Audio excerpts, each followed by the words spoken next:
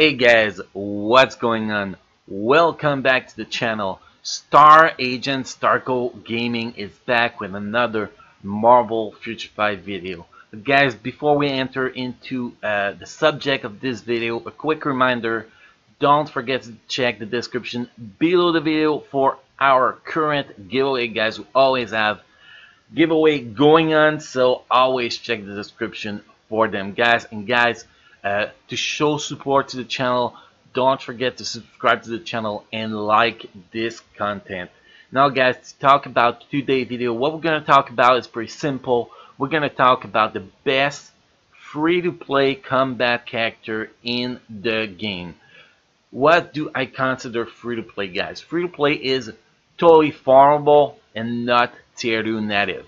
I know tier 2 native are still kind of free-to-play characters, but I don't want to include them in there because for free-to-play players that is actually starting in the game, focusing on those characters is totally wrong, as they don't have the maths to actually do this. And I want this video to be mainly focused on helping those new players joining Marvel Future Fight pretty much. So we're gonna start with the number one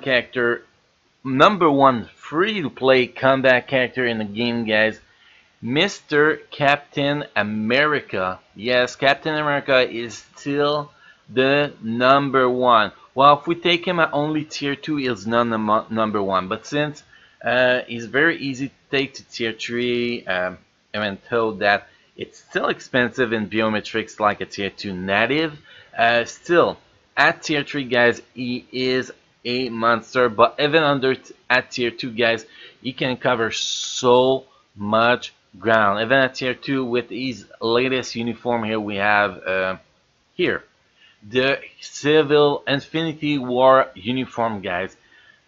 He is good in Alliance Battle, can get you 100,000 points on 3 different Alliance Battle Extreme, which is no restriction, combat male or combat hero, whatever it is, and female combat. So you can cover 3 Alliance Battle Extreme every couple weeks, guys. And he is good even at tier 2 for Wall Boss Ultimate up to stage around 30. He is good for Alliance Conquest, even at tier 2, Timeline Battle, even at tier 2. So even at tier 2, this character is amazing. Plus at tier 3, he gets even stronger with that huge HP boost and that huge tier 3 damage he gets. So this guy, without a single doubt, guys, number one on my list for the best free-to-play combat character in the game. Number 2, a lot of people think that I'm going to go with Black Panther just because he gets a tier 3, but no, I will not go with Black Panther here, because he gets only really good if you actually get him to tier 3. Under that, he is very good, but not good enough to be number 2. He's still going to be in my list somewhere. Oh man, spoiler alert! No, okay, so guys, the next characters we're going to talk about is Minerva. Yes, Minerva is the latest combat character released in the game, latest free-to-play combat characters too. And guys, she is dope. The only reason she does not get the number one spot on my list here, it's pretty simple. It's just because that tier 3 advancement on Captain America is so freaking huge and OP. It's the only reason there, guys. But if you take them both at tier 2, Minerva is much better than Captain America, guys. Minerva will cover 4 Alliance Battle Extreme Day, which I don't remember exactly. I know no restriction. We have female supervillain, we have female combat, and there's another one. Oh, combat supervillain. There we go. We got 4 Alliance Battle Extreme. She's one of the characters that cover the most ground in Alliance Battle Extreme, guys. She is amazing. At tier 2, in all those, she can score up to at least 1 million in every of them if you have good set of cards. So the 100,000, even at tier 1 she can do it. So easy, guys. Also, Wolbas Ultimate, a very well built Minerva could clear up to stage 40 in Alliance Battle Extreme in Wolbas Ultimate. Amazing in Shadowland. Well, all characters that I'm going to talk about today are amazing in Shadowland, guys. And if you actually give her immunity to guard break, she is crazy in online conquest and timeline battle, guys, because long ass iframe, bunch of iframe, lots of survivability.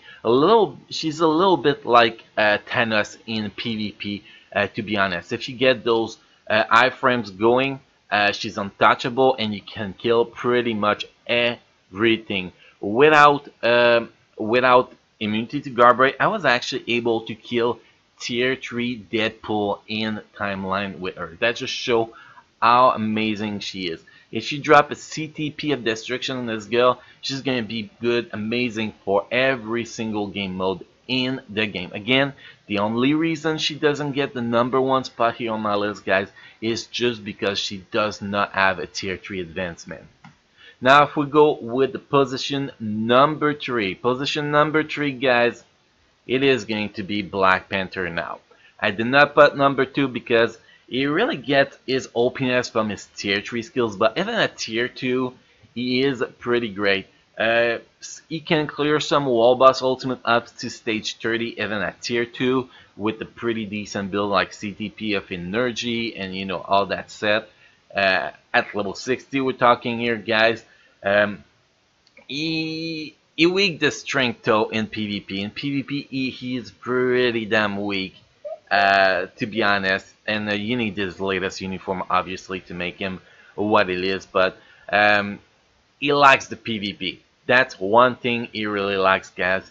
It's the PvP. But in PvE game mode, he can get you your 100,000 points at tier 2 in 2 Alliance Battle Extreme Day, which is no restriction and combat hero or male combat. I'm not totally sure about this one. I don't know. I always use male in that one, I think. So I think it's male hero or hero combat or whatever. Anyway, it's hero combat, yeah, because you can use She-Hulk Fleet. There we go. Man, I'm losing my mind today. Okay, so you can clear 2 Alliance Battle Extreme 100,000 points. Really easy. Amazing in Shadowland. Stage 30 World Boss Ultimate. So that's pretty much where he stands. You will not really use him in Alliance Conquest or Timeline Battle if he's not tier 3. But if he gets his tier 3 advancement, he becomes amazing in PvP. Like seriously, sometimes I face him in PvP with my team on manual play and it's just wreck my whole team. Jean Grey, Apocalypse, Quicksilver, he will just one-shot all of them back to back. So that makes him a very, very, very good PvP character if he's well built for PvP, obviously. So he is very good. He is above average at tier 2, but becomes a very, very, very good at tier 3, obviously. The next characters on our list for the best combat characters, guys, I have to go with She-Hulk. Not because She-Hulk is the best characters without uniform, but with her uniform, she's become a very good stand-alone characters. And hold on, let's max out that leadership here. Look at that leadership. 60% increased damage dealt to male type characters. This leadership is amazing. So not only she can score 100,000 points in 2 Alliance Battle Extreme Day every couple of weeks, which is combat female, which is no restriction. She can also clear World Boss Ultimate Stage 30. PvP, she's useless, guys. Let's be honest, she's useless in PvP. But she also has the leadership for supporting other characters in World Boss Ultimate. You want to optimize your run in some World Boss. If the World Boss Ultimate is male, you use her as leadership and you're going to be able to get your maximum progression from other characters, which is amazing. And it's pretty much the same thing with Alliance Battle Extreme. by using her leadership in the days she can actually be used. It's going to make her much stronger. And guys, I made a mistake. She is good for 3 Alliance Battle Extreme where she can score 100,000 points. No restriction, combat hero, and a female combat. So that makes her a very usable character, guys.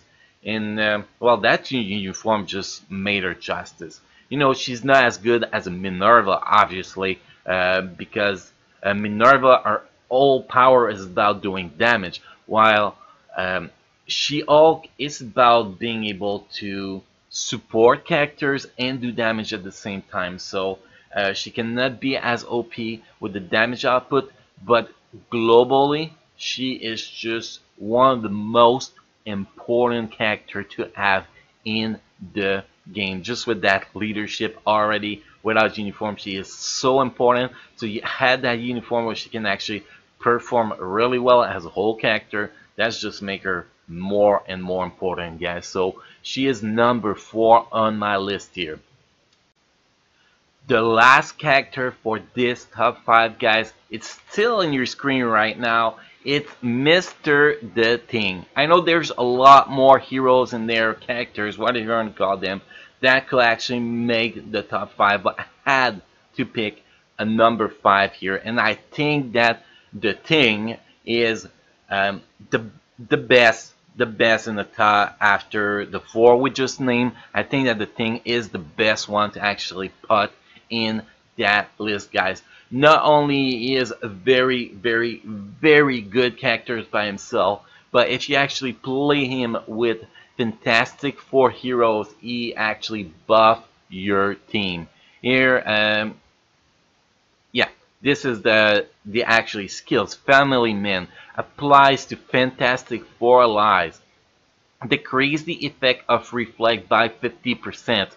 Reflex effect, physical reflect 40%, increase of all attack. Super armor, all defense plus 5%. Like, he is a major buff for Fantastic Four characters. But not only that, but he can also perform very well in every game mode by himself. You name it, Shadowland, really easy.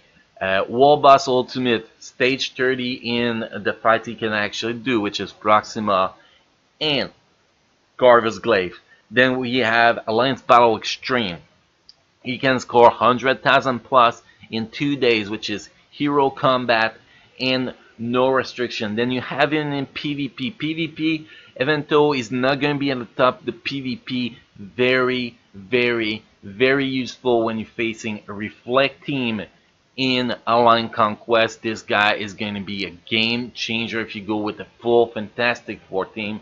And even by himself in Alliance Conquest, he can actually do pretty good work. Like pretty good work, guys. So this guy, even though he's not the most popular thing in the game right now, he is a very valuable member of Marvel Future Fight, and in my opinion, he is part of the 5 strongest hero in the game right now.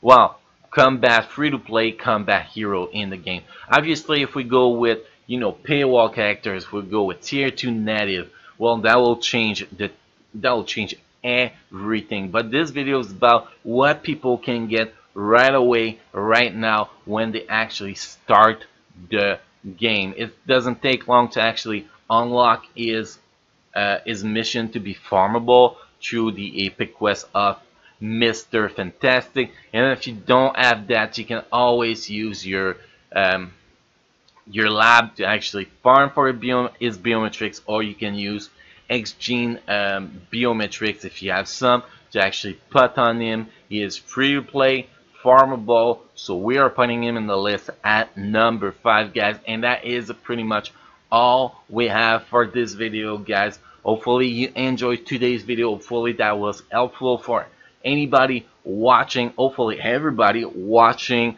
Guys, again, don't forget to check the description below the video for the link to our giveaways. And guys, don't forget to show your support to the channel by pressing that sub button and by liking this content. And guys, Star Agent Starco Gaming is out!